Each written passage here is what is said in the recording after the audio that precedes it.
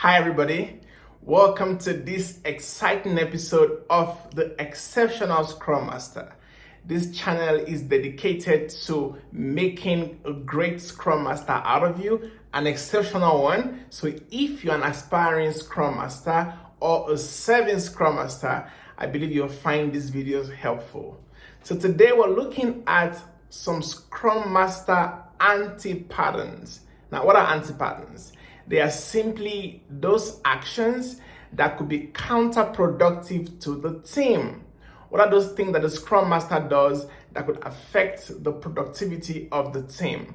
Now, I have 9 of them here. There are a lot more, but in this video, we'll look at 9 of those anti-patterns. The first one is the Scrum Enforcer. Now, this is a very common trait with some Scrum Masters. In a bid to implement the Scrum framework, then they begin to enforce the Scrum framework using a dogmatic approach by taking the Scrum guide and trying to use that as a forcing tool.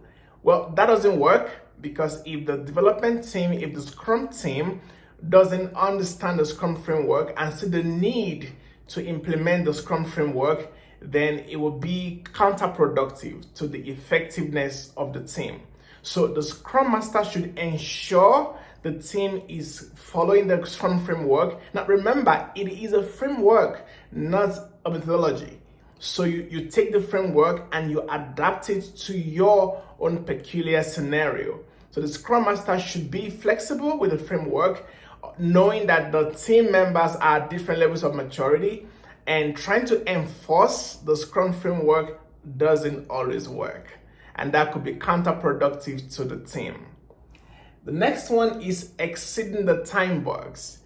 Now, in the Scrum framework, the Scrum events are time boxed. For example, the daily Scrum should not exceed 15 minutes. So in a case where the team begins to exceed that time box for several reasons, it could be because trying to solve some issues that arose during the Scrum framework, during the stand-up meeting.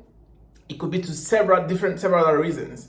Now, if the Scrum Master allows this to go on again and again, then that's an anti-pattern, because then the team's productivity will be limited because of exceeding the time box. The events are time boxed for a reason, and the Scrum Master should guide the team to stick within the time box for that particular Scrum event. The third one is flow disruption. Now, you find that many times in the Scrum team, in the course of the sprint, there could be some disruptions from stakeholders, from line managers. For example, when stakeholders are trying to interfere and give command to the team, meanwhile they shouldn't do that. Or when the PO is trying to ensure that the team, I'm trying to get into the team space and disrupt the flow. For example, there are times when the line managers could try to pull out team members from the team to carry out other tasks besides tasks for the sprint. Now, the Scrum Master, being the Scrum protector, should not allow this. So when the Scrum Master is loose and allowing these interruptions and these disruptions, then it's an anti-pattern from the Scrum Master. The fourth one is micromanagement. Now, this is with respect to the PO.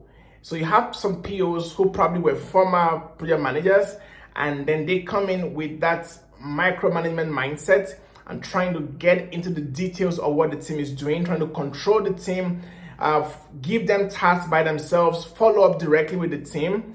This is micromanagement, and that's not what the Scrum framework supports.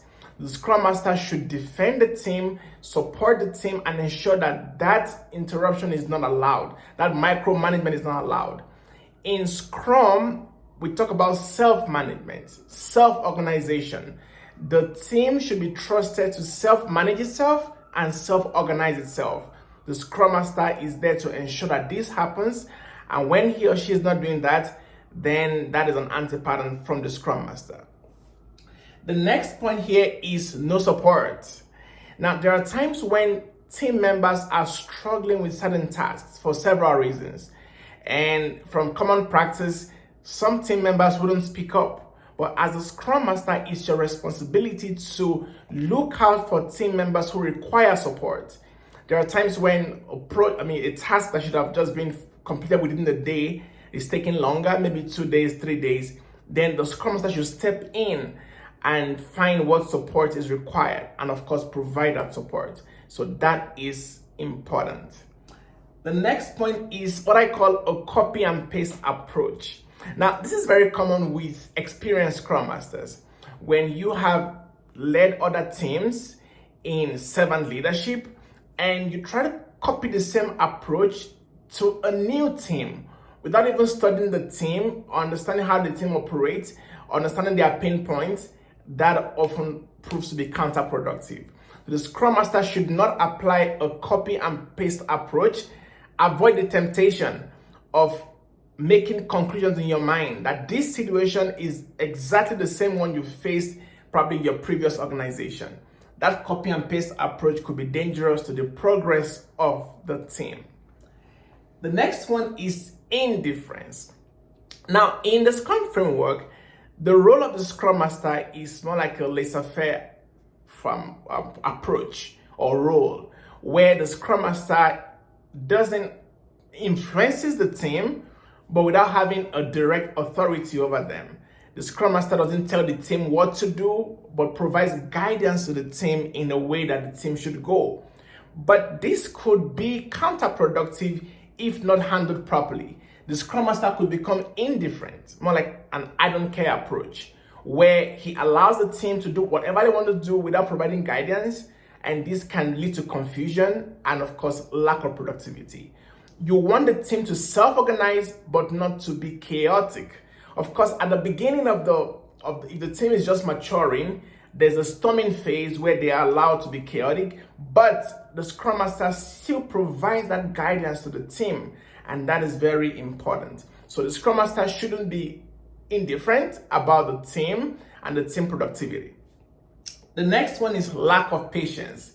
The Scrum framework requires patience. You see, it's a journey, it's not a destination. So the Scrum Master should be patient. So an impatient Scrum Master would definitely act in the wrong way. Will have lots of anti-patterns coming out every day, and that will prove to be counterproductive to the entire team. And the final one here is the command and control. Now, the Scrum Master is a servant leader. Of course, in the new Scrum Guide, we call it true leadership. But that's the idea. You're there to serve. The Scrum Master doesn't have direct authority over the team. He's not there to tell the team what to do and give them commands. The Scrum Master is a servant leader. So that speaks to your approach, to your way of communication. It speaks to your relationship with the team.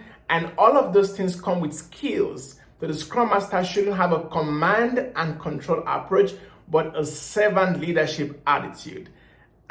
These are just a few of them, 9 Scrum Master anti-patterns. Ensure to stay tuned to this channel for more tips on being an exceptional Scrum Master. See you in the next video. Bye-bye.